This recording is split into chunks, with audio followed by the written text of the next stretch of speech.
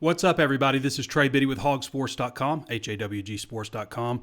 Today on the show, we're going to look back a little bit at Arkansas's recruiting efforts so far, kind of break down the players that they have on board.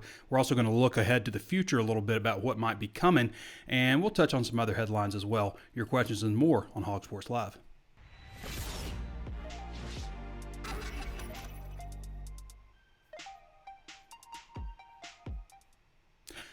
As always, I want to remind you there's plenty of ways to watch and listen. You can always tune in on Facebook Live. Be sure to follow the page if you haven't done so already, and throw us a thumbs up if you like the video. Also available on YouTube. Subscribe to that channel. Hit the notifications bell so you're notified anytime we upload new videos, and share the content with others if you think they might like it. Also available on Apple Podcasts. If you're enjoying the show, please throw us a 5-star review. If you really like it, say something nice about the show in your review as well. Also available anywhere else you can think of to find your favorite podcast. HawgSports.com is just 30% off. It's 30% off this year for the first year, or $1 for your first month if you want to sign up. And the good thing about the first month deal, if you sign up for the first month, when it's over, you're eligible for CBS All Access, which is commercial-free access to all of CBS's shows, movies, everything. It's a $99 annual value, so that's worth the price right there. Okay. So before we jump into any recruiting stuff, we got to mention Heston Kjerstad, second overall to the Baltimore Orioles last night in the MLB draft. Most people were thinking about, top 10 or something. A little bit surprised that he went number 2 overall, which is the second highest of any Razorback ever. It's completely different, Kjerstad told local media on Thursday during the Zoom meeting. The 36th round is just, what is that? That's not what I'm supposed to be reading. Let's see. Okay. I was actually with my parents, Kjerstad said. Well, that's the 2017 draft. Okay, never mind.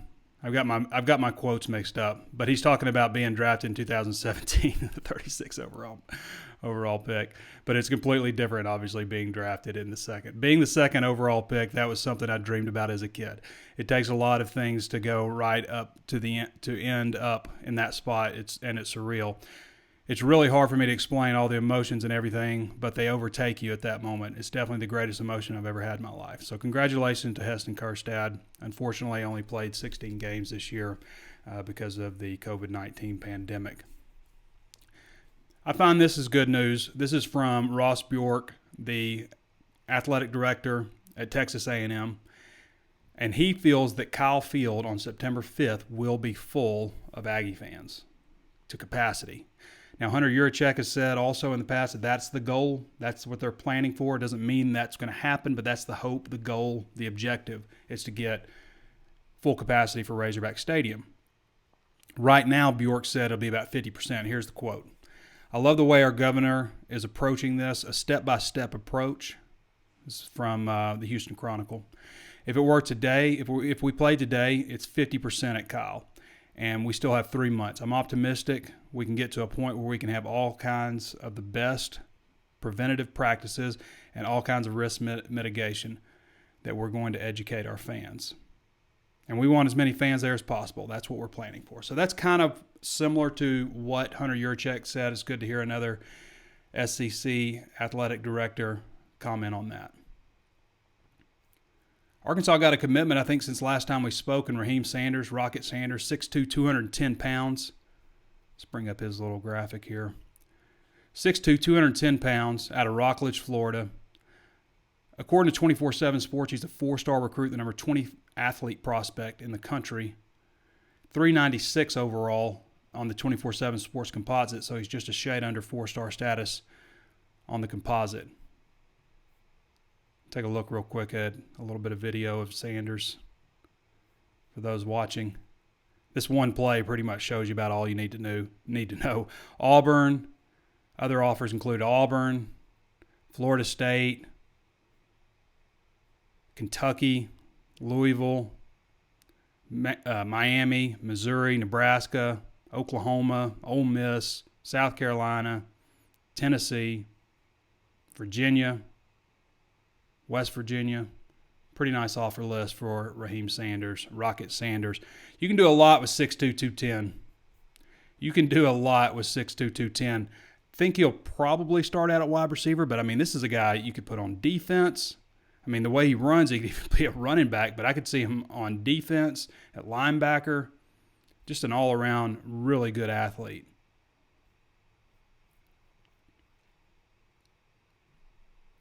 Lucas Coley is deciding today, quarterback prospect, 6'1", 203 pounds, out of San Antonio, Texas, Cornerstone Christian. He's a dual threat type of quarterback. Here's his picture. He is rated the number 28 dual threat quarterback prospect in the country on 24/7 Sports. This is not a guy that's like super highly rated. He's got like 30 offers. Arkansas, Houston, Virginia Tech, Washington State, those are the finalists. And then there's a host of other schools. Illinois offered, Colorado State, Hawaii, Louisville, Nevada, North Texas, UCF, USF, Utah State, Vanderbilt, Western Kentucky. I mean, it goes on and on. And he's also got Penn, Yale, a couple of Ivy Leaguers. So he's got a pretty extensive offer list. And Arkansas has already got a commitment in this class so far. There's a couple of highlights here. Arkansas has already got a commitment in this class from Landon Rogers, 6'4", 215-pounder. The highlights you're watching are of Lucas Coley, though, who is, again, deciding at 6:30 tonight. Tonight's, what is today? Thursday. All the days run together during the pandemic. But Arkansas has already got a commitment also in Landon Rogers. The goal this whole time was to take 2 quarterbacks in this class. So Coley and Rogers would be a nice duo, especially following Malik Hornsby, who is extremely highly rated. Arkansas is in, I think, a lot better position quarterback-wise. Of course, I thought they were in a lot better position last year quarterback-wise, adding Ben Hicks and Nick Starkel. That was not the case. Probably should have just ended up keeping Ty Story on board. Probably should have done that, since he did hammer the final nail in Chad Morris's coffin with the Western Kentucky game. But at Arkansas right now, you're looking at Felipe Franks, a guy who's got a lot of experience. In fact, I did write it down. If I can find the article, I meant to pull that up. But I did write it down about Felipe in his last 7 games, what his performance has been. So, where are we at?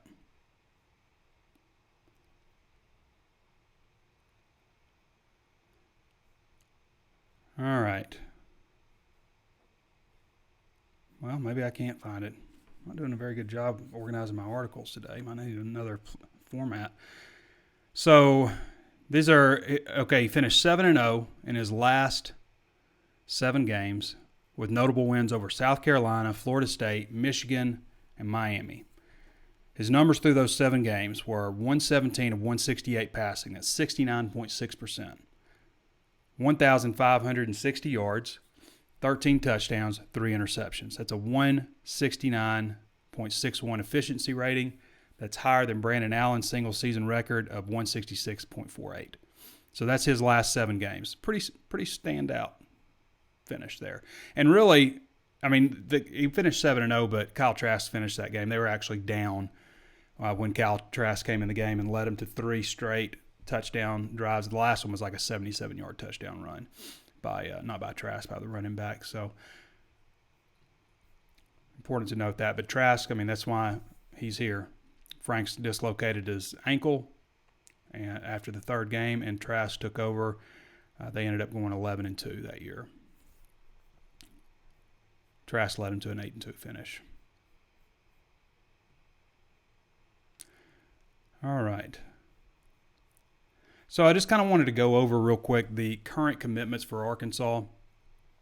You've got Javion Hunt on board, a running back out of Carl Albert. Arkansas is also pursuing other running backs. I would expect them to sign another running back in this class. We talked about A.J. Green.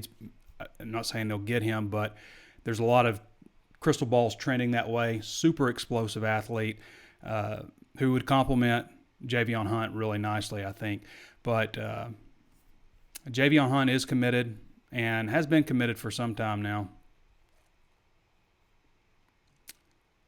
He has also offers from Baylor, Iowa State, Kansas, Memphis, Minnesota, Texas Tech, Ole Miss, Nebraska, UCF, Virginia Tech, Washington State. So he has a nice, notable offer list. This is a guy that's rated fairly well. He's just a shade under 4-star status, like just a few spots.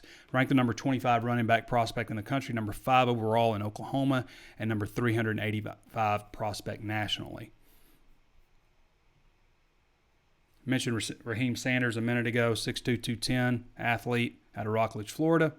Most recent commitment to Arkansas.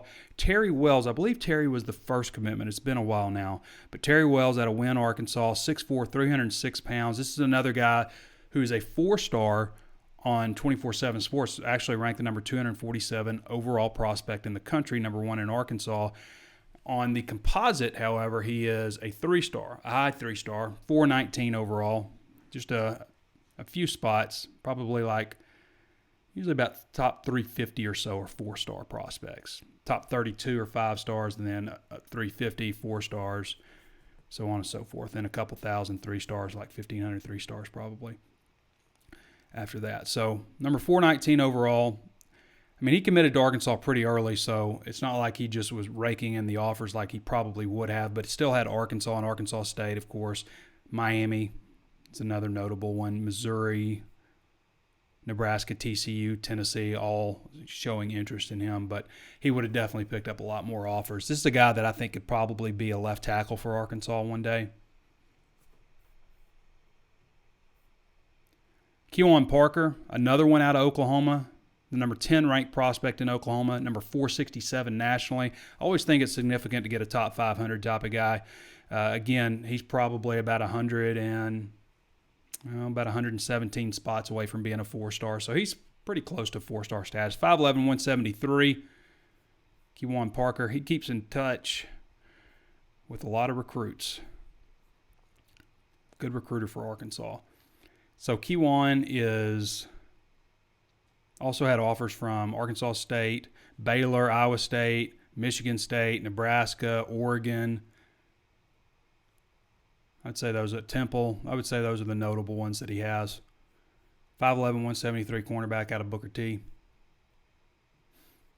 Cole Carson. This is a guy with a lot of upside, I think. 6'5", 285. Probably a guard or a right tackle. Number 539 overall prospect in the country. Number 47 offensive tackle. Number 74 overall in the state of Texas. This guy has plenty of room to add weight. I mean, he doesn't look 285. Arkansas, Arizona, these are his offers. Arkansas, Arizona, Auburn, Baylor, Colorado, Duke, Iowa State, Mississippi State, Ole Miss, TCU, Texas Tech, Utah, Vanderbilt. The notable ones. He's got others. Those are the biggest ones he's got. So that's a nice pickup too. Marco Avant out of Jonesboro. 6'2.5", 212. We'll give him 6'3", 212. Avant is a guy that probably could have benefited from having summer camps, like the opening camps, underclassmen combines, all those types of things were canceled this year. So this is a guy, he went to one a year ago. He was actually 6'2", 189 pounds. So he's packed on a good bit of weight, 77-inch wingspan also recorded from that. Would have liked to seen him go to another one this year and see what kind of evaluation he could have gotten. At a much-needed position, outside linebacker, number 783 overall prospect in the country, number 4 in Arkansas. Avant also has offers from Arkansas State, Houston, Kansas, Memphis, Tulane, Houston. Did I mention Houston? Mississippi State. Nope, Mississippi State's showing interest. Ole Miss's interest, A&M's interest, TCU's interest. Another guy who committed fairly early, probably could have benefited a little bit from a little more exposure, but Marco Avant. Another linebacker, Jermaine Hamilton Jordan, 6'1", 195. Could also be a safety. In fact, probably being recruited to Arkansas to play safety, maybe a nickelback type. Number 11 overall player in Missouri, 8'13" nationally. Again, 6'1", 195 out of Kansas City, Missouri, Lincoln College Prep. I like this kid a lot. Another one that I think is maybe a little bit undervalued. Also had Iowa State, Kansas, Kansas State, Kentucky, Tulsa, Iowa, and some others. So Jermaine Hamilton Jordan, Lincoln College Prep, Kansas City, Missouri.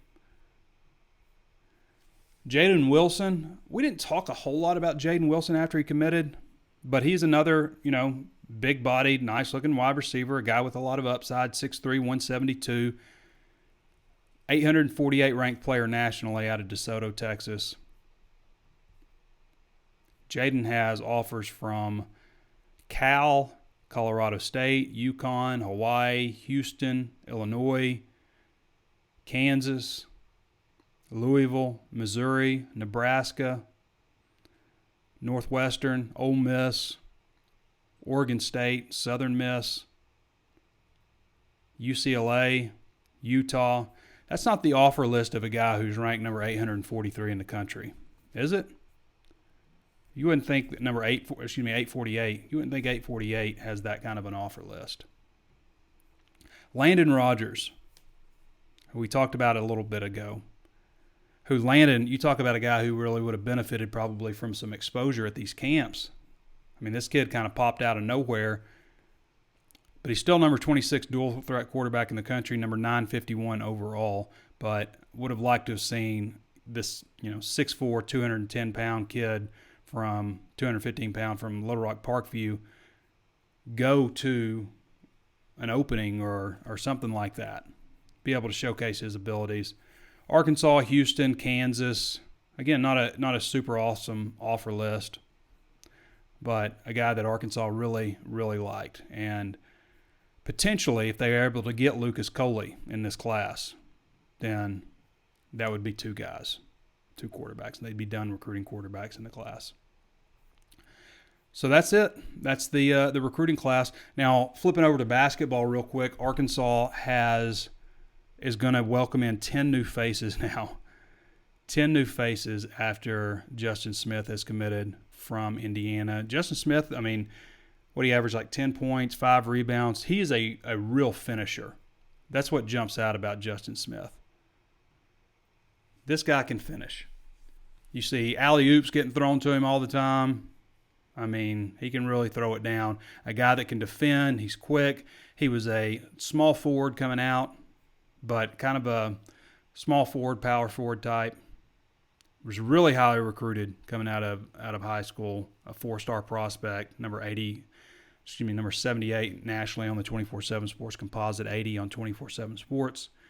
So he's at it. Let's take a quick clip. This is just a clip after a Michigan State game in, I believe this is in March. So just a quick audio clip so Razorback fans can kind of see what they're getting out of Justin Smith. Different for you over the last 6-7 days? No, just trying to get better every day in practice. Really focusing on preparing in practice. Really trying to take practice and put yourself in a game mindset at practice, and really playing with your teammates, and just really going out there and playing hard and playing for each other.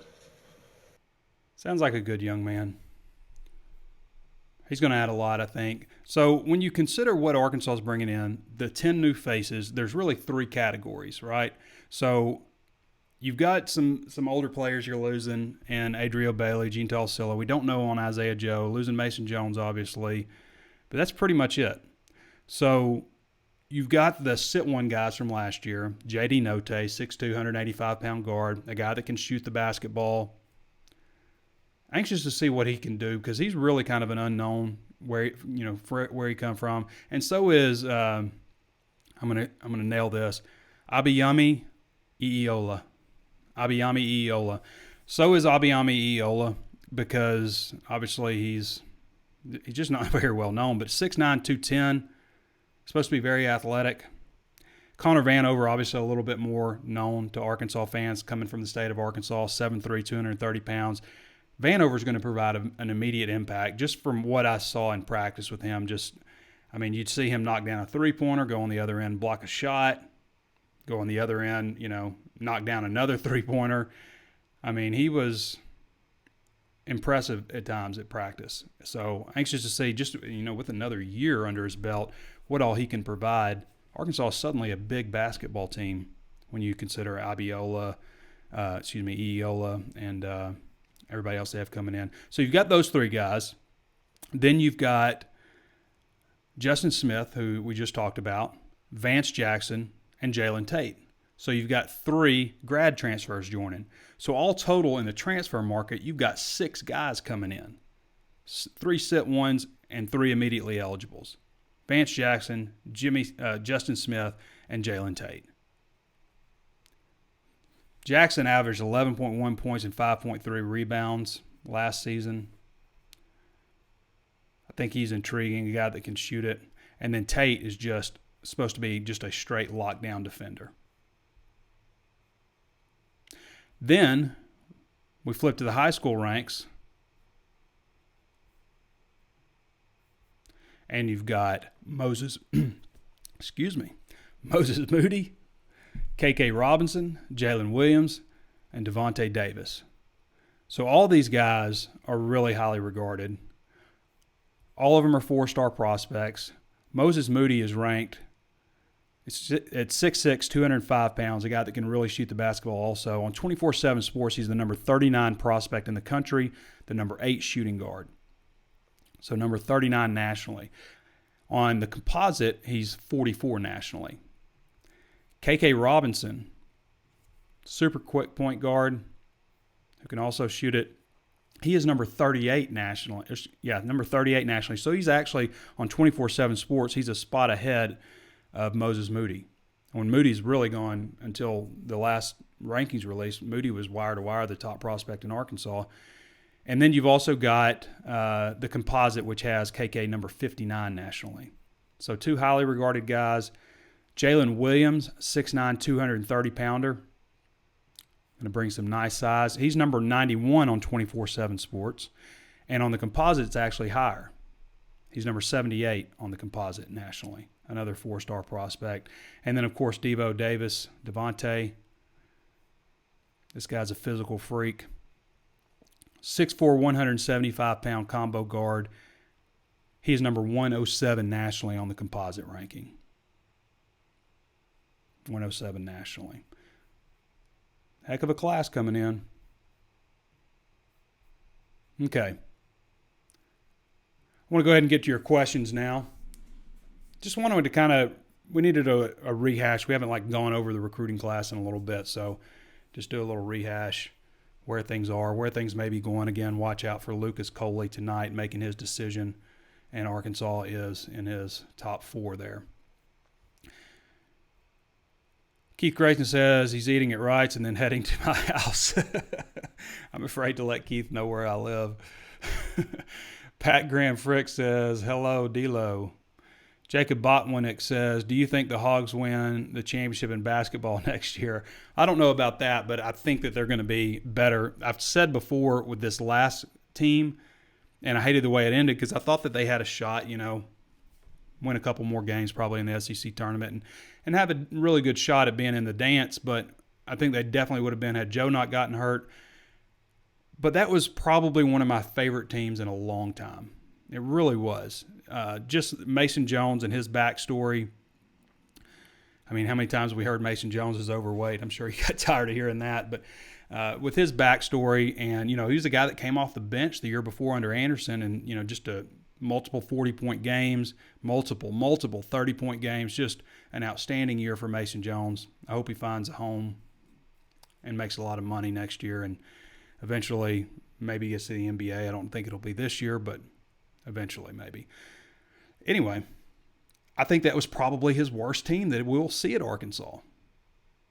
As fun as that team was to watch, that was the worst team that Eric Musselman's going to have at Arkansas. I really feel that way, at least for a long, long time.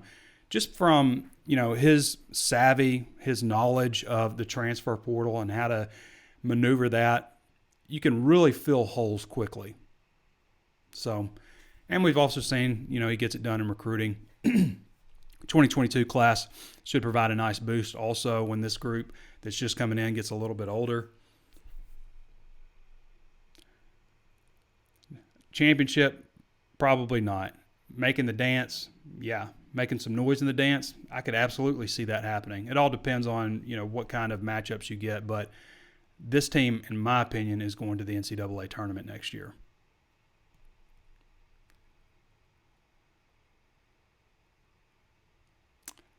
Hey, Pat. Justin Eric Cunningham says, what type of offense is Browse shooting for? Should we expect more RPOs, gunslinging, run first, or a fine mix? So I've asked him, what do you call your offense? And he says, I like to call it productive.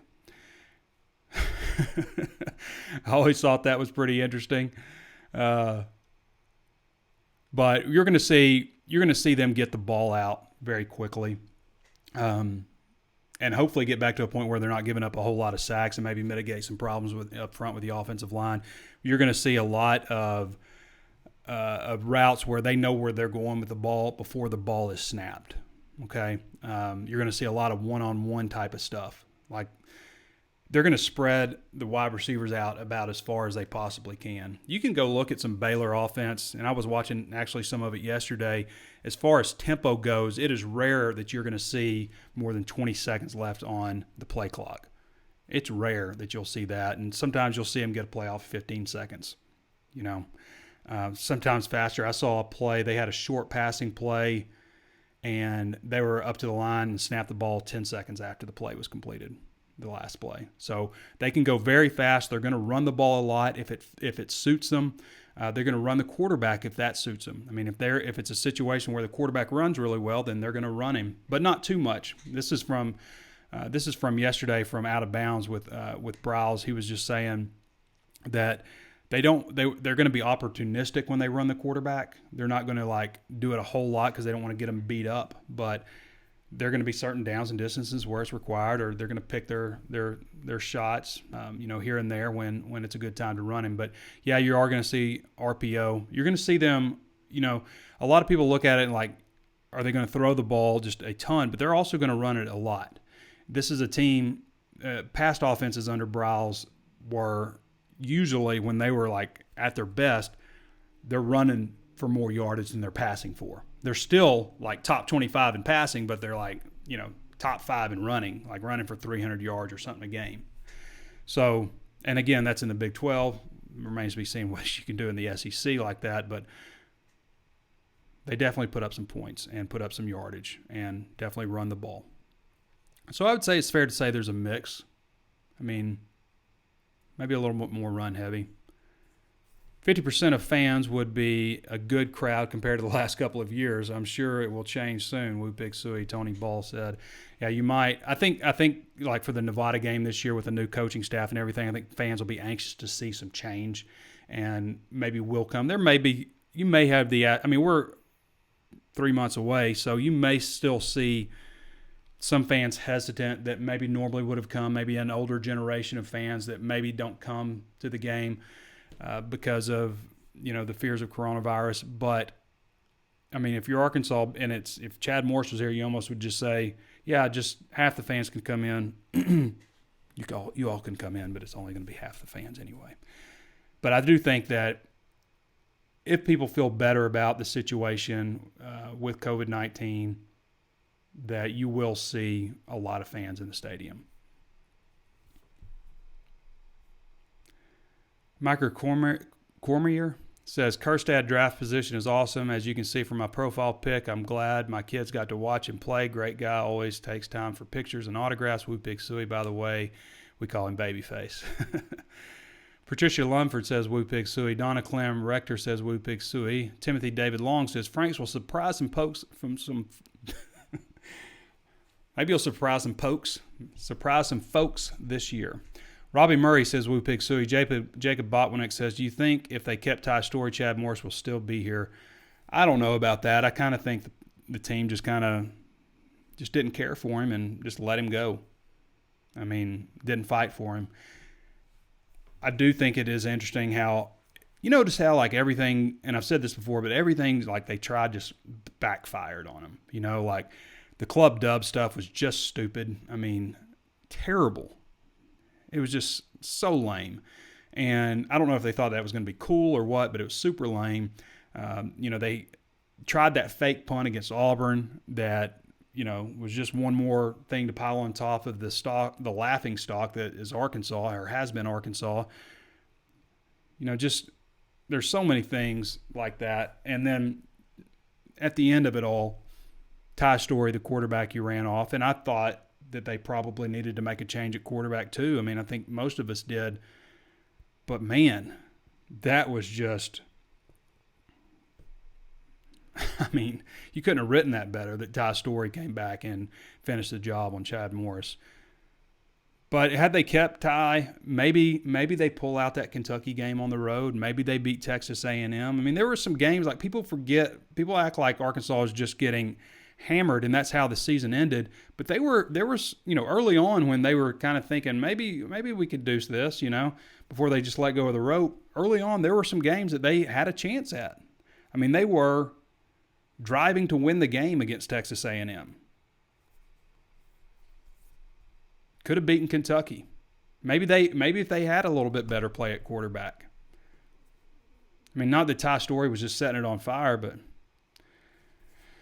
Isaac Riley says, Trey, and again, we're talking about in quarterback, like I mentioned, like Felipe Franks, his last 7 games and stuff. And, I know people like have a sour taste in their mouth off of transfer quarterbacks just based on what's happened at Arkansas lately. But 3 of the last Heisman Trophy winners have been transfers. All 3 finalists last year were grad transfers. I'm not saying that Felipe Franks is going to win the Heisman at Arkansas, but if he can be average at quarterback, Arkansas will win some games this year. If he can be average, that's all you're asking. You're not asking for anything too special, just average. Isaac Riley says, Trey, have the shows when I'm not at work, LOL. I'm missing the show. Sorry, man. We usually do them on Monday and Thursdays. Do you think, Luke Phillips says, do you think that if Franks doesn't play so hot the first few games that he gets pulled, or will they stick with him the whole season? First few games, it's possible that they pull him. I mean, just based on, think about what we've seen the last couple of years. Out of the first camp, they named Cole Kelly the starting quarterback, and then Ty Storey took over. So they spent the whole camp, who's going to be our starting quarterback? Breaking everything down, analyzing everything. And then they named the wrong guy. They named Cole Kelly. Ty Storey should have been the starting quarterback. The next year, fast forward, spend the whole camp analyzing everything, going over film, studying. Ben Hicks is your starting quarterback. I mean, there wasn't really a good answer, but I thought that Nick Starkel actually came out and played pretty well in his first real action in the Ole Miss game. And he didn't know what to do. There were so many instances where, they had that trick play to C.J. O'Grady that probably would have been a touchdown thrown from Traylon Burks that, he messed up on that. So he didn't really know everything he was supposed to be doing. But the more he found out about what he was supposed to be doing, the worse he got. The more comfortable that Nick Starkel got in Arkansas's offense, the worse he got in it. That's strange. Still, I don't know if Ben Hicks should have been the starter out of the gate. I think it's interesting how you look at that. There are other instances where, we've gone through all of camp and named Robert Johnson the starting quarterback, right? That's back in 2006, and Mitch Mustain ends up taking over. That's when Casey Dick was hurt. So there are instances like that. Just because you earn the starting job out of camp, which I do firmly believe that Franks will do that just based on his experience, doesn't mean that you remain the starting quarterback. I think it would probably be better for Arkansas if he does remain the starting quarterback. I mean, if they have to go to somebody else, and that means things probably aren't going very well. The next guy up would be KJ Jefferson, who I still think will play, possibly have some packages and stuff for him. Kind of going back to that thing we said about, you don't want to get your quarterback banged up, your starting guy banged up, and maybe there's some grave digger type of packages or something for KJ. And then I think, Malik Hornsby, this guy that's got real speed. So Luke Phillips says, do you think that if Franks doesn't play so hot the first few games? I just read it. Greg Compton says, what would it have mattered if Ty Storey stayed at Arkansas? Chad Morris couldn't do anything with any quarterback he had on campus. He never made any of them better. They did, however, get better after they left. You're probably right, Greg. Lamar Hawkins says, what's the quarterback depth chart? I just kind of went over that, I guess. Felipe, KJ, Malik Hornsby. John Stephen Jones is in there too. I just don't know that he's competing for the starting job. Lance Taylor said, and Jack Lindsey. I got to mention Jack Lindsey's in there too. What about plans for the Rockets, says Lance Taylor? I think probably start out at wide receiver. But, again, you can do a lot with 6'2", 210 and speed. Luke Phillips says, any news on how the workouts have been going this week? Not any updates yet. We know they're starting bright and early. They've got about 3 shifts, I guess, going in there. There hasn't been any work on whether or not they'll have availability of fields to work on and throw on. But, I mean, if they can't, then, I mean, they can find their own grass somewhere. They can go to a park. They can go to Gully Park if they wanted to. I mean, I believe, yeah, you can go to Gully Park. I don't think you can play on the playground equipment, but you can go to the park. So they can go to Wilson Park. Maybe if they wanted something more secluded, somebody's got a big backyard that they could use. John Allen says, I'm working in DeSoto right now. Good deal. Justin Eric Cunningham says, I guess LinkedIn, a relative of his. Lamar Hawkins says he can play. Mark Pruitt says, Trey, what are your thoughts about Joe coming back? I think probably not. But I don't know. I mean, it's such a weird year. I can understand wanting to go to the combine and showcase what you can do before you call it. But it's running right up to the start of school. I mean, we're talking like August 3rd, probably. No later than August 3rd. I mean, that's a month out. That's not even a month out from school. That's just a few weeks. I think school starts like August 17th or something. Mitdu Cunningham says, we finally got depth and height. Yes, they do. Lamar Hawkins says, we're definitely a tournament team. I think so. Cunningham says, no doubt we almost went last year and was supposed to be one of the worst teams in the SEC. Lamar Hawkins says, yeah, those injuries hurt late in the season. With Joe. Tyler Tober says, has your starting lineup for basketball changed since picking up Justin Smith? Is it likely some of the incoming freshman redshirt? I think Justin Smith will start for him. I think he'll probably start over Vance Jackson, if I had to guess right now. So that's probably the only change that I would make. I think Moody will start. I think KK will probably be the top backup for the guards. That's how I'd probably see it playing out. Joshua Shiver says, Trey, if Isaiah Joe doesn't come back, who will be the starting 5 and who will be leading the leading scorer on this team? All right, let's look at it.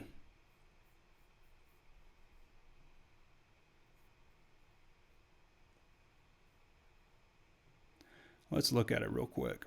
So, that's 2021. There are no commits for 2021. 2020. All right, so point guard, I think probably Jalen Tate. 2 guard, I think probably Moses Moody. And then who? Maybe Vance Jackson. I mean, he could be the 3. You could have Justin Smith as the 4. And then you could have Connor Vanover as a 5. Maybe I would go with that. Make sure I'm not leaving somebody out. I'll go with that. I'll go with that 5. I mean, Desi Seals could fit in there somewhere possibly.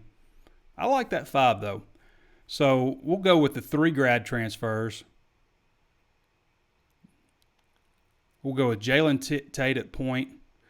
Moses Moody at shooting guard, Vance Jackson at the 3, Justin Smith at the 4, and Connor Vanover at the 5. How's that sound? That sounds like a tall bunch. So you're going 6'6", Moody 6'5", 6'6", Tate 6'6", Vance Jackson 6'9", Justin Smith 6'7", Connor Vanover 6'3", or 7'3". Sounds pretty good.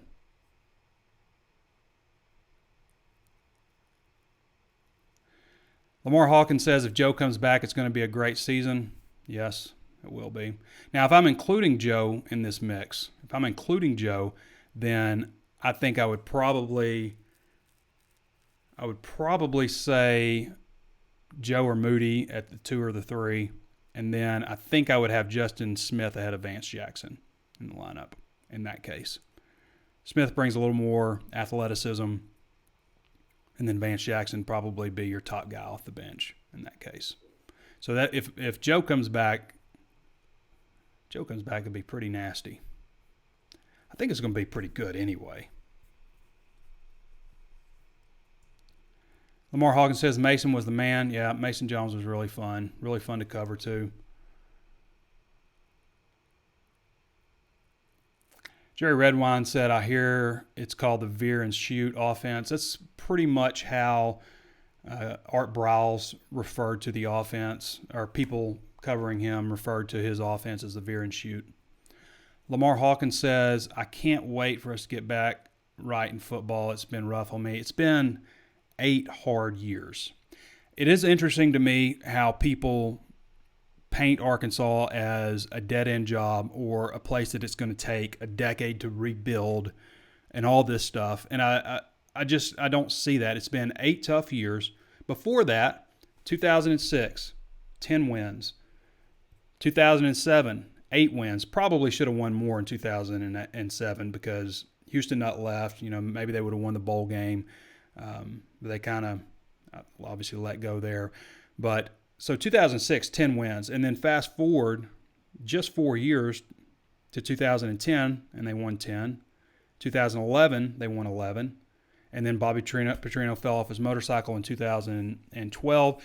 And then I'll look ahead to 2000 and, if you want to look at 2014, there were a few games that they probably should have won. Texas A&M, Mississippi State, Alabama. They lost by a point to Alabama.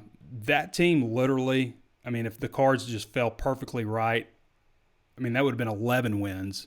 So maybe you back it up and say, yeah, they win one of those.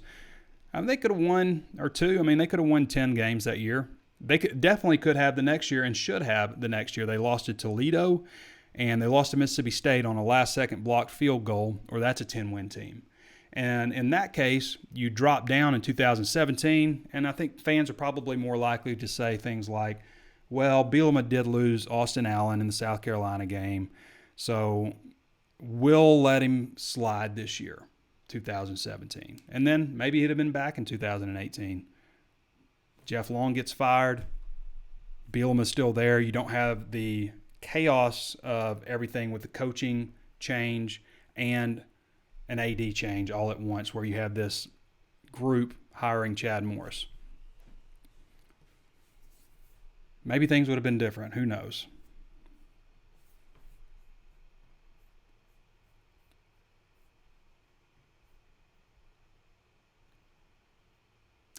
Justin Eric Cunningham says, awesome insight. Thanks, Trey. Appreciate you, Justin. Jason Botwinick says, what was your least favorite moment in a press conference with Chad Morris? There was a time when I asked him a question about injuries or something, and his response was very pointed, and he kind of acted like I was presenting a softball for him to say, that's an excuse. We're not making excuses. And I just got frustrated. I remember I think I threw my arms up in the actual press conference. But that was probably one. There were so many times where, it wasn't just questions with me, but other reporters would ask a question, and it's almost like it was a game. I don't know what he thought he was doing, but I just thought he came off really bad looking on camera. I think he mistook that he was talking to me or the other media people and not talking to the camera.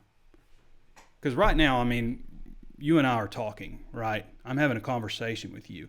And if you're asking me a question and I'm dodging it over and over and over again, then that doesn't necessarily frustrate the reporter so much as everyone out there watching, wanting the answers, right?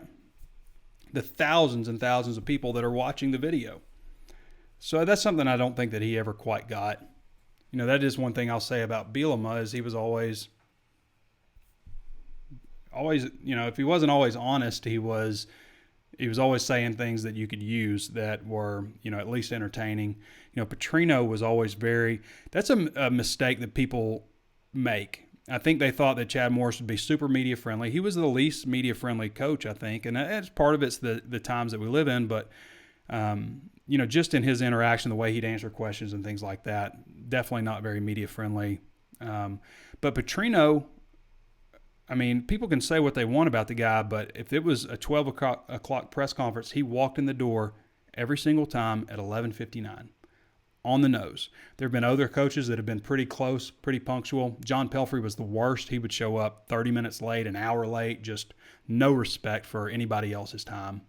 You talk about getting frustrated. John Pelfrey just being like, I don't have better things to do than sit here and wait on you all day long. Because, one day the guy came in unshaven. It's okay for me to be unshaven, but Pelfrey's the head coach of the University of Arkansas. He's got a press conference. Unshaven, an hour late, just totally spaced that he had a press conference. I've never seen another coach forget that he has a press conference. So that was very frustrating for that reason. Morris was frustrating just because he wouldn't answer any questions whatsoever. We had no idea what's really going on inside the program. And that's not good for you. That's not good for the fans.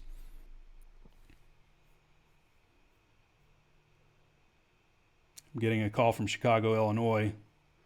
I'm not going to pick that one up.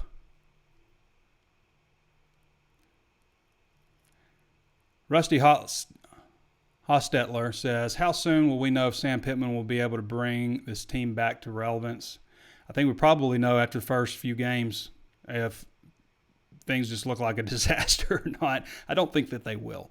I think that Arkansas has better talent than people are giving them credit for. It's not talent that's going to maybe take them to a bowl game, but certainly not talent that should see them getting their butts kicked against Western Kentucky in their own backyard, or against San Jose State, or against North Texas, or even on the road to Colorado State. Just getting hammered, owned by Western Kentucky. There's not a single player on Western Kentucky's team who would have turned down a scholarship to the University of Arkansas to go to Western Kentucky. Not one. And they come in here and just hammer you. There's a lot more going on than just players in that regard. Again, this is a team that competed well on the road against Ole Miss. Maybe if Nick Starkel had been there earlier and knew a little bit more of the offense. Of course, again, I point to the more he knew about the offense, the worse he got. But Texas A&M, they also showed some fight in that game. Had a chance to win. Kentucky, they kind of let that game slip away on them.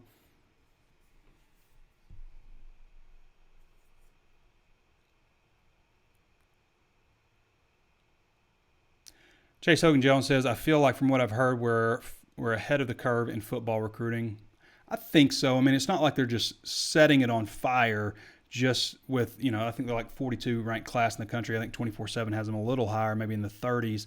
But I do think that you're missing out a little bit on, being in Fayetteville, coming in for a visit, meeting with these coaches. I think recruits are sticking a little bit more to what they know for the most part, what they're more familiar with. And Arkansas needs recruits to take a chance on coming to visit and getting to know, because they have to recruit farther away. So, but yeah, you're probably right. There are some other guys on the board here. We mentioned Lucas Coley.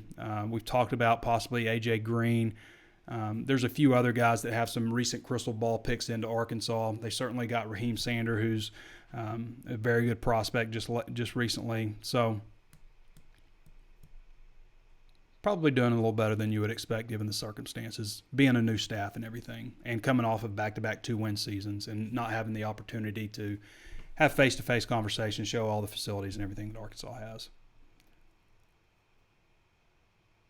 Justin Carter says coaches have to fight for their players and the players have to fight for their coaches. Absolutely right. If the coach doesn't fight for his players, it's over before it starts.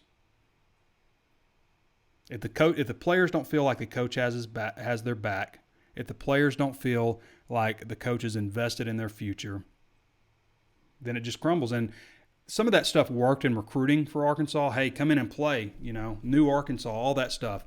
don't think for a second that didn't put a bad taste in the mouth of the current players returning. And I'll tell you something, a lot of people were saying, like, before Morris came in, like, this is going to be like 98. He's a Houston Nutt type of guy. Houston Nutt never mentioned the word rebuild. He never said, speaking of frustrating, like, one of the things that Chad said in his last press conference, the Western Kentucky game, was this was not an overnight rebuild. This is not an overnight job. And I'm just thinking, we're approaching the end of 2 years here. This is not overnight. This is after 2 years. But Houston Nutt never said any of that stuff. They just jumped right in it. The players loved him for it. They went 8-0. Should have went 9-0. Donnell Williams says, "Will KJ Jefferson stay after this season?" I think that's way early. So KJ, if he doesn't win the starting job in camp, he's just a redshirt freshman, which means, and what most parents have told me and recruits have told me is, they would like the opportunity to be a 3-year starter at least wherever they go. And that's how it would play out for KJ if, of course, there is the possibility that Felipe Franks could get a 6-year of eligibility. He fits all the requirements to get a 6-year of eligibility under the new. It used to be harder, but now it's easier. But he fits all the requirements. Not a 6-year. I don't know if he would. I don't think he redshirted his first year. Maybe he did. I'm kind of spacing on that. But regardless, under the new redshirt rule, even if he did, under the new redshirt rule, he qualifies. He qualifies under both rules. In my opinion, just got to apply for it. So he could possibly have 2 years at Arkansas. I don't know. Maybe that throws a wrench into things with how quarterbacks view their opportunities. Luke Phillips says, "Are Levi and Bumper set in stone starters at linebacker?" I don't think so. I think Bumper is, definitely. I think Bumper gets 100 tackles this year. He gets all SEC because of the name recognition, Bumper Pool. But I think Grant Morgan's probably your other starter there. And we'll see on Levi. I haven't seen him in person, so I don't know, but we'll see. Hayden Henry also in the mix. Lamar Hawkins says, "Yep, we fought for a few games." Yes, they did. Steve Welton says, "Already like this staff better than the previous, more SEC experience." A ton more SEC experience. We've talked about who hired a better offensive coordinator and defensive coordinator combo in the country this year. Who hired a better offensive and defensive coordinator combo? Nobody. Arkansas did.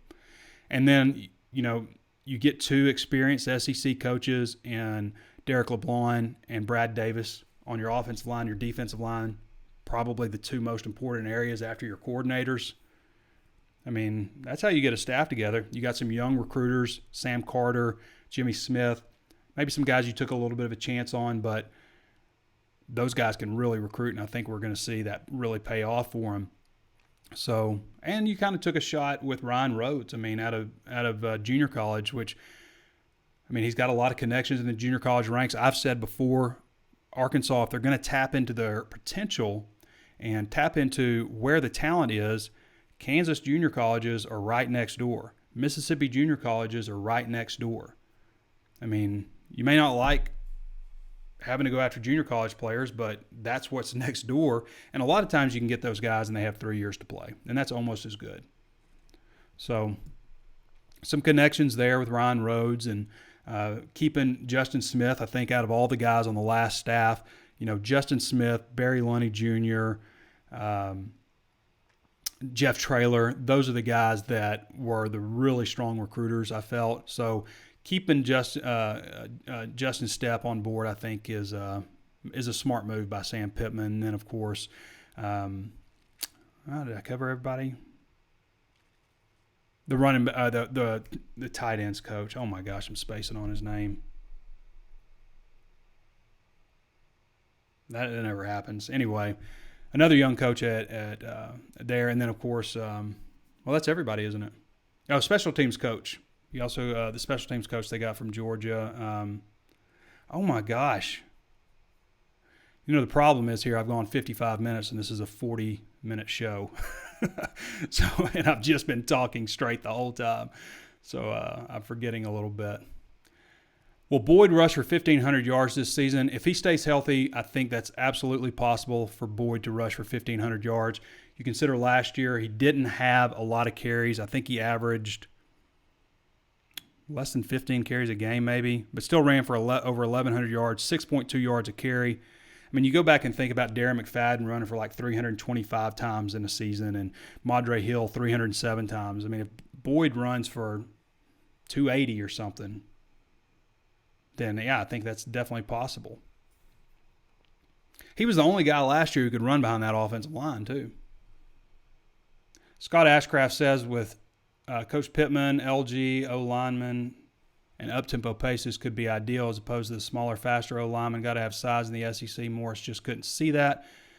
We got pushed around and wore down at a quicker rate. Absolutely got pushed around. The more comfortable Starkville got with Morris' offense, the worse he got. Yep. Matthew Lowe says, who do you think is the starting five up front? I think left tackle, you're going to see Myron Cunningham. Left guard, probably Luke Jones. Center, Ty Clary. And if Ty Clary isn't getting the snaps back fast enough, then maybe you see him move to guard. Maybe Luke Jones moves. You could also see at guard, maybe Bo Limmer at guard or center. Marcus Henderson eventually could move on. We've seen Sam Pittman start young freshman before. Right guard, Ricky Stromberg. Right tackle, Noah Gatlin. Swing tackle, actually Noah Gatlin probably would move to left tackle if there was an issue where he needed to move that way. But the next right tackle up, I think, would probably be Dalton Wagner. I think Gatlin will beat him out. And Gatlin will Wagner provide some good depth. Woo Big Suey from Apple Valley, California says, NP Rich. Jerry Redwine says, I have a feeling Sam Pittman could be coach of the year this year if our offensive line is much improved. Dalton Adams says, anyone know anything about Stromberg? Is he weighing more than 250? He's well over 300 now. Brian Chandler says he played about 276 by midseason last year. Started off around 260-something.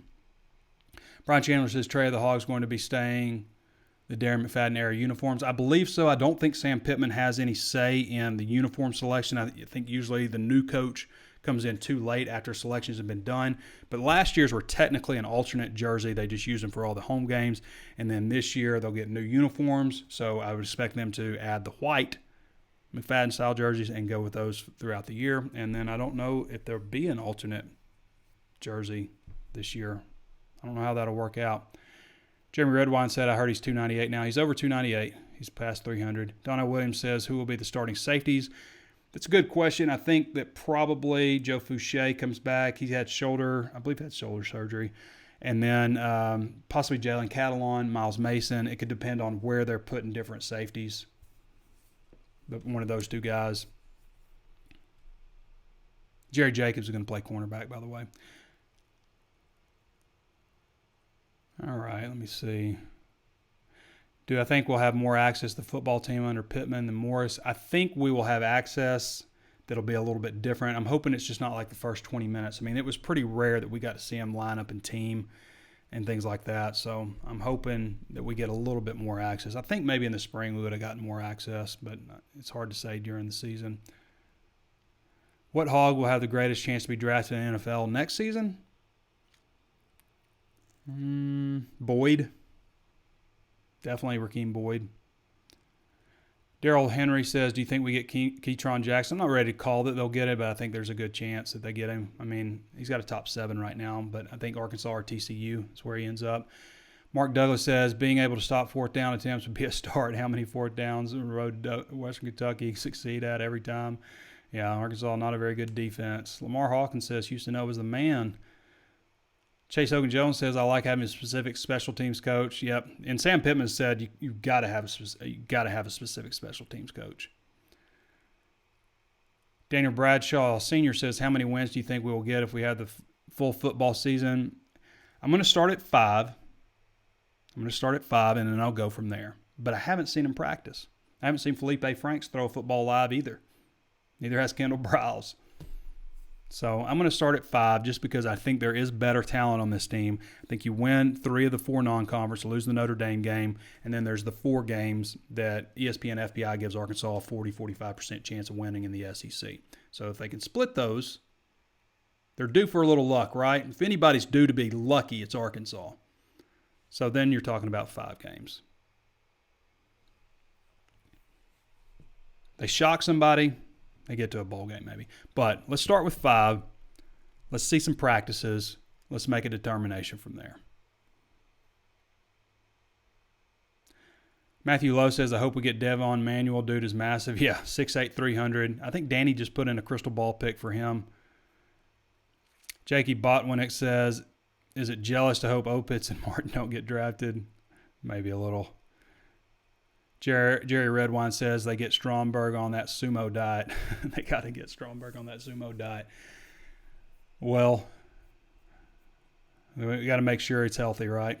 Want to remind everybody, of course, there's plenty of ways to watch and listen. You can always tune in on Facebook Live. If you haven't followed the page, go ahead and follow it now. We're almost at 80,000 follows. I'd love to get there before football season starts. So follow the page if you haven't done so and interact with the video. Throw us a like if you like the content. Also on YouTube, we upload there right after. And I think we're almost at 7,000 subscribers on YouTube. Most of the people who watch the videos aren't even subscribed.